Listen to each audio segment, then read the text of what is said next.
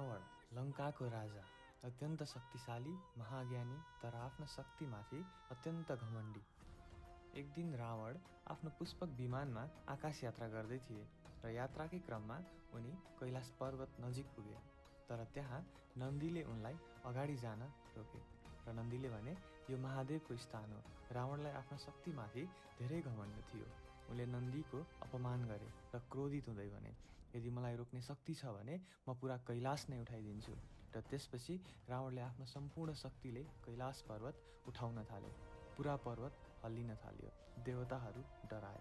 तर त्यसै बेला महादेवले केवल आफ्नो खुट्टाको एउटा अङ्गुठाले कैलाश पर्वतलाई थिच्नुभयो र क्षणभरमै विशाल कैलाश पर्वत तल दबियो।